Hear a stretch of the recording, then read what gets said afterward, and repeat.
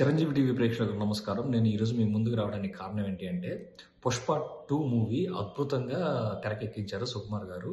అయితే ఈ మూవీలో సుకుమార్ గారు మీరు సెకండ్ హాఫ్ అంతా 'పుష్పని' ఎవరైతే అసహించుకుంటూ ఉంటారో, ఆ ఫ్యామిలీలోని ఒక అమ్మాయికి వచ్చిన కష్టం వస్తే దాన్ని ఎలా ఎదుర్కొన్నాడు, 'పుష్ప' ఎంతవరకు ఎళ్తాడనే దాని మీద తీశారు. అయితే ఈ లీడ్ మీరు ఒక పాత సినిమా 'ప్రభు' గారిది ఆ సినిమా నుంచి మీరు తీసుకొని మీరు బాగా డెవలప్ చేశారు.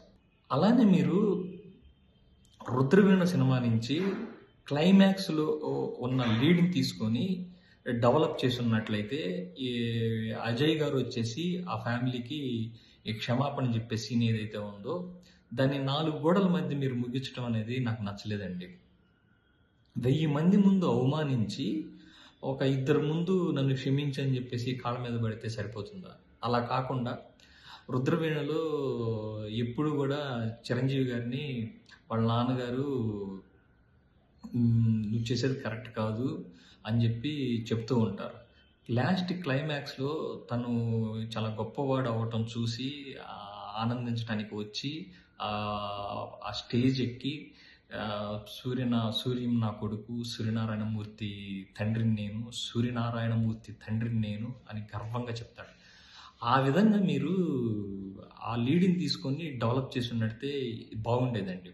ఎలా అంటే ఆహ్, ఒక పెద్ద సభ జరుగుతా ఉంటుంది. 1,00,000 మంది ఉన్న సభ. ఆ సభలో 'పుష్ప' గారికి సన్మానం చేయాలని అనుకుంటారు. కానీ నెగెటివ్ అంటే 'పుష్ప' గారంటే పడని వాళ్ళొచ్చి అక్కడ గూడా ఆయన్ని అవమానించాలనుకుంటారు. 'పుష్ప' తన తండ్రి గారి పేరు జెప్పి, తన పేరు జెప్పి సభని ప్రసంగించాలని అంటారు.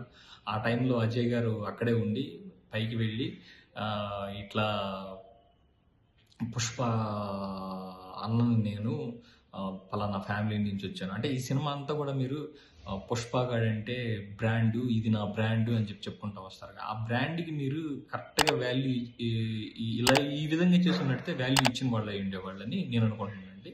ఇది నా అభిప్రాయం మాత్రమే. Thank you so much.